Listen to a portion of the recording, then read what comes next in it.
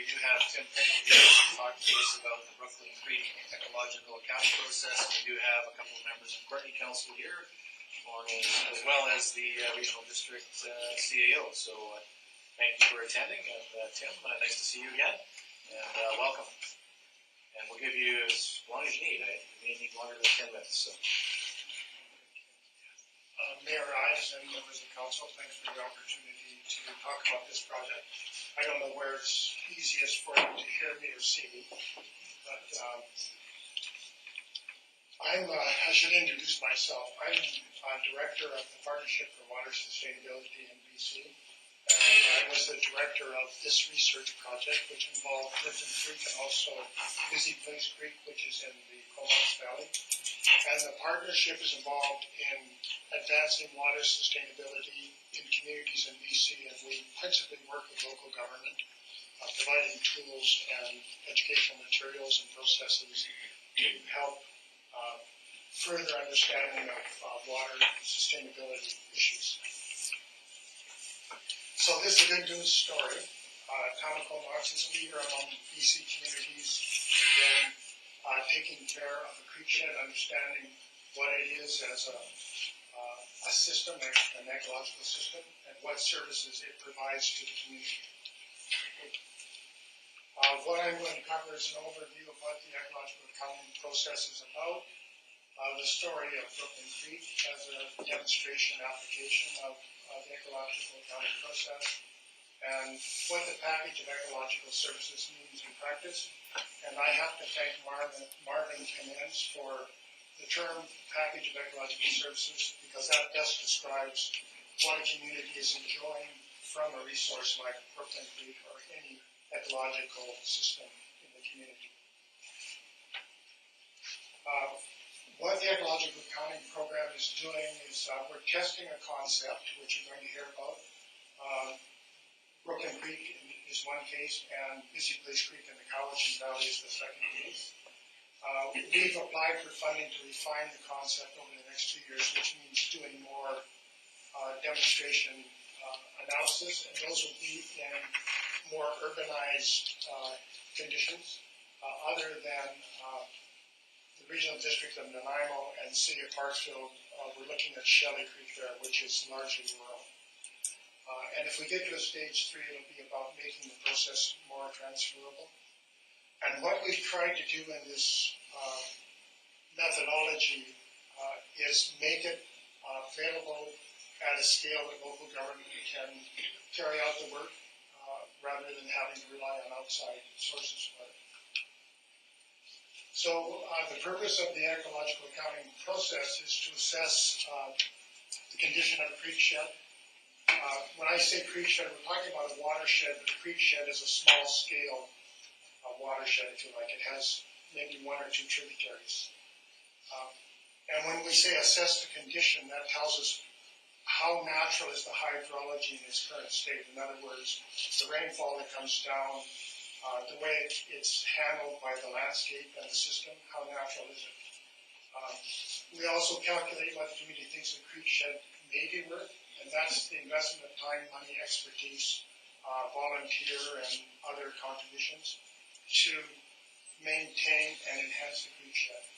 And I'll describe what the package of ecological services is about, and also how that affects what the community thinks of the creekshed and expects of it. So you won't be surprised that our analysis revealed that Broooklyn Creek is a highly modified landscape.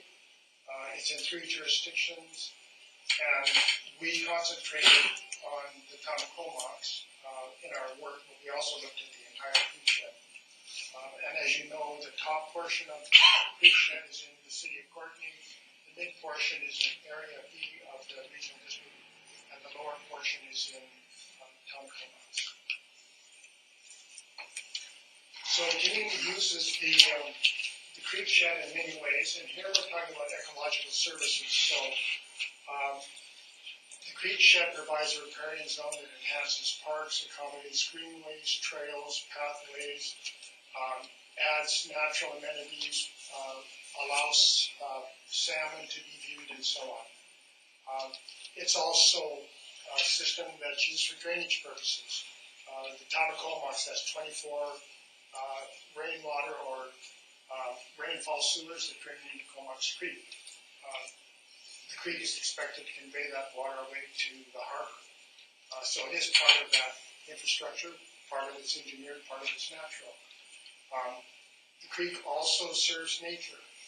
It provides habitat for aquatic and terrestrial life. It provides things like nesting trees, wildflowers, natural areas, and so on.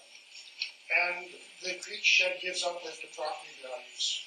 Properties that are nearer the creek shed tend to have a higher value than properties that are further away that have the same size of a lot. We're talking here about the land value, not the building value. So when you think about what all of that is, it's a concept of the commons. So the commons are features in a community in the urban fabric that everyone has access to. And that access means that it doesn't depend on your money or whether you walk or drive a car. It means it's available. You can go there. You can enjoy whatever those services are, whether it's a park, a trail along a feature like Broooklyn Creek. Schools are a commons.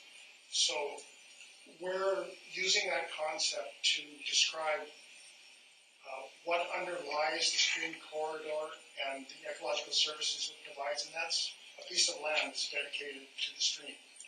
It's defined under riparian regulations as a setback area plus the stream corridor, and I'll tell you later about how we came to a way of valuing that land. What does the community think creek shed and its package of ecological services worth? In the case of the town, in 2005, the town faced some serious erosion issues in Broooklyn Creek and had to deal with that. One of the measures that was undertaken was to construct a diversion channel that takes a certain percentage of the high flow of Broooklyn Creek and takes it directly to Comox Harbor. Faced with that remediation reality and cost of it, which was nearly $2 million, the three departments of the town, Parks, Planning, and Public Works, got together with some consideration and consultation of the community, some community organizations, and looked at how could the quality of the stream be improved. That is, how could its functioning condition be enhanced and maintained. So a strategy was developed. It was carried out over 11 years as annual projects. About $800,000 was invested over that time in this work. The money came about 50% from the town. A certain portion was donated services, and then outside funders like the Civic Salmon Foundation and others also contributed. So there was a lot of leverage in the strategy to help the town undertake that enhancement and maintenance work on Broooklyn Creek. So what you see today as greenways and areas along the creek are a result of that enhancement. So this is the Broooklyn Elementary site, now Good Academy, I believe. So before enhancement took place, this is one side of the school property. The town acquired, I think it was 2.2 acres on this side of the property, and then at right angles going along another side for I don't know how the details of the cost were worked out, but the declared value of the property was $292,000. So some of that was paid, I think, in cash, and some was donated by the school district. And then this allowed the creek to be restored, the creek channel to be restored to a normal or typical natural condition, and it's now a greenway. I think the upper edge is Noel Avenue. Is that the one end is Noel Avenue, and then it goes down to Noel Avenue. So you can see this can be fairly expensive work sometimes, but it's a very successful way of reestablishing the amenity value of a feature like Broooklyn Creek in this case. So we also tried to find out what are some real numbers that local government could use to understand or calculate the value of the land that's underlying the stream and the riparian area that adjoins the stream. So what we did, well, we found out what the number is. In the case of Broooklyn Creek, for our sample, it was $2,700 a meter, or 2.7 million kilometers. That number comes from the following process. We took the stream at a nominal dip of 3 meters. We took the required setback, which on each side of the stream is 15 meters. We looked at a sample of private properties, residential lots, along the creek.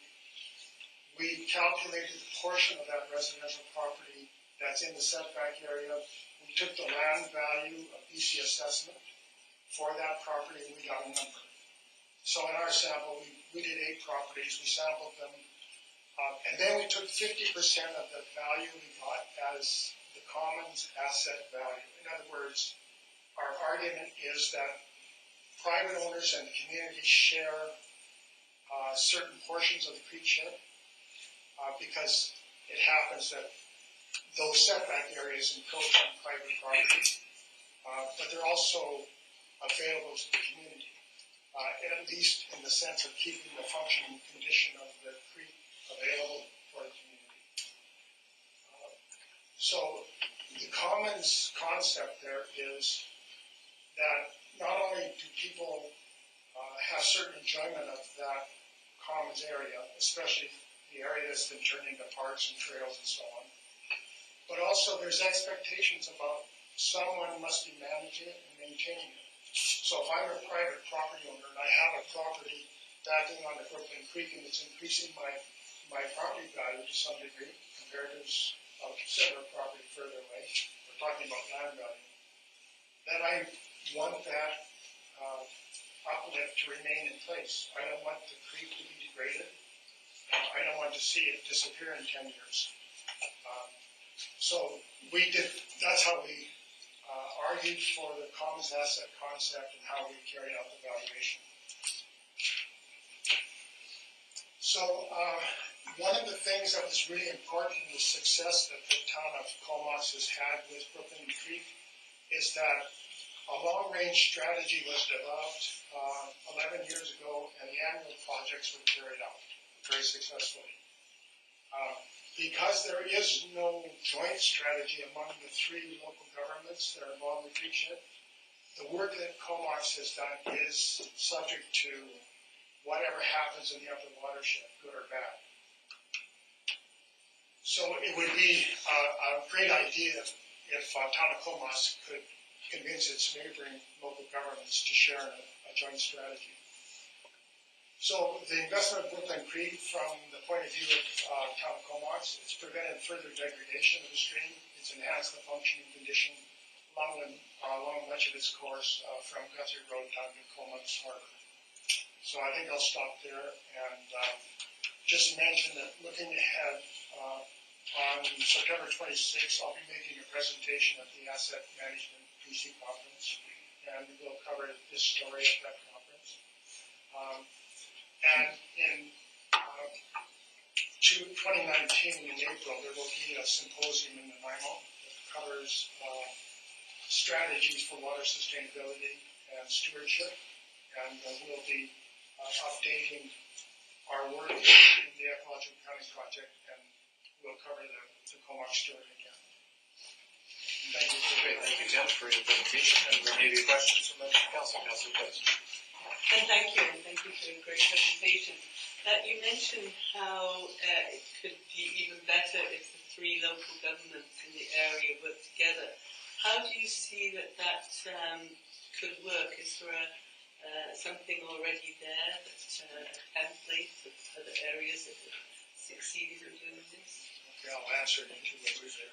The critical thing from a watershed perspective is rainfall comes down, it needs to be intercepted, infiltrated, that means spread out, detained, and then eventually released slowly through the soils and back into the creek and down to the harbor.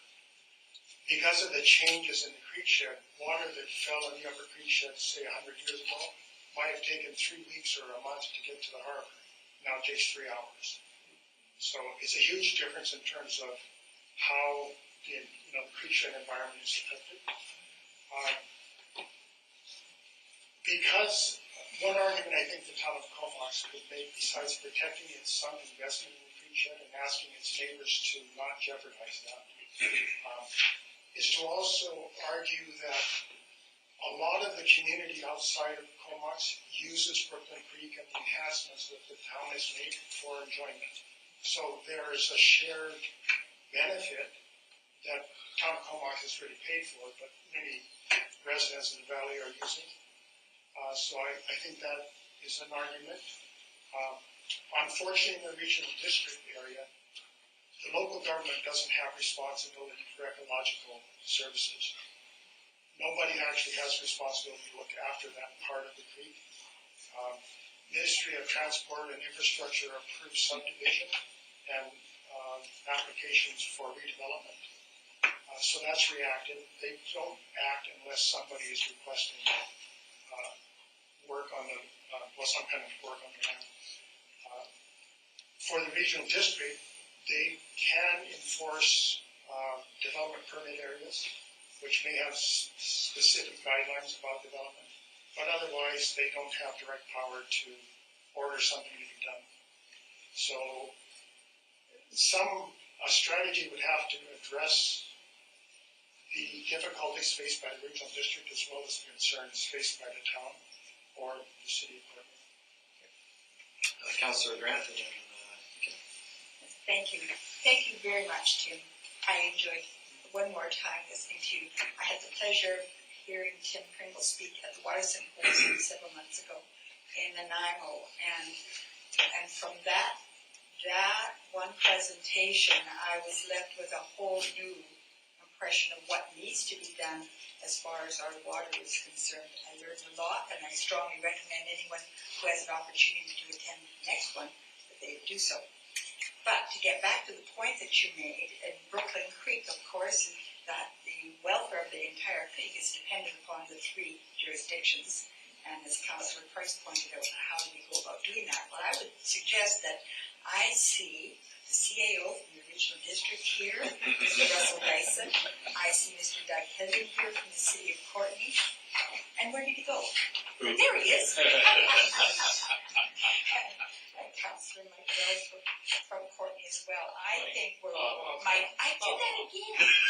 You do that here every time. I'm sorry, Bob. I think we're already on our way to working together here in the valley because we all realize the importance of this. These people wouldn't be here if they didn't see the value in the presentation. So thank you for that, and I look forward very much to contacting you others in short order. Councillor McKinnon. Yes, I just you must have ESP, Councillor Grant. I have a commendation and I have a motion I'd like to suggest here if I could. Just a commendation to your group and especially to our town staff for making this happen. That wasn't an easy decision, and it certainly is. Our residents are very proud of it, at least of which our council. The motion I'd like to present is I'd like keeping in mind that watersheds don't generally begin in Comox, but they end here. Is that our town asking our town staff to review the report findings of the Broooklyn Creek watershed and to take steps with the neighboring governments and the regional district to take action to improve hydrology and to maintain, if not enhance, our precious watersheds. Okay, so as a matter of procedure, we don't usually entertain motions at the meetings where we have delegations, so that would, I suggest, be something that staff could bring back to us at a subsequent meeting. We typically do get reports back from staff on next steps forward, but we don't, as I say, normally entertain a motion to that effect. Well, that was fairly clear direction there. Did we actually need a motion? Well, as the CEO for what would happen in the normal course. I think he's pretty much on that. What happens to this report? I think what we'll do with the report is we will actually have a look at it, bring back kind of a brief summary about what next steps council can take And what has been been done in the past as well. and what our plans are for within our own area going forward as well. Okay. So I know there has been work in the past along the lines we suggested, Councillor McKinnon, so I think staff bring that back to us before we really entertain any motions. Thank you, I'd be happy with that Okay. suggestion. All right, so other questions of the delegation? This time, seeing none, thank you, Tim, for your presentation, and nice to see you again. Tim and I got to know each other many, many years ago when I was a young lawyer, and he was a little bit younger in Vancouver, looking for the real estate foundation. So, nice to see him, and keep up the good work.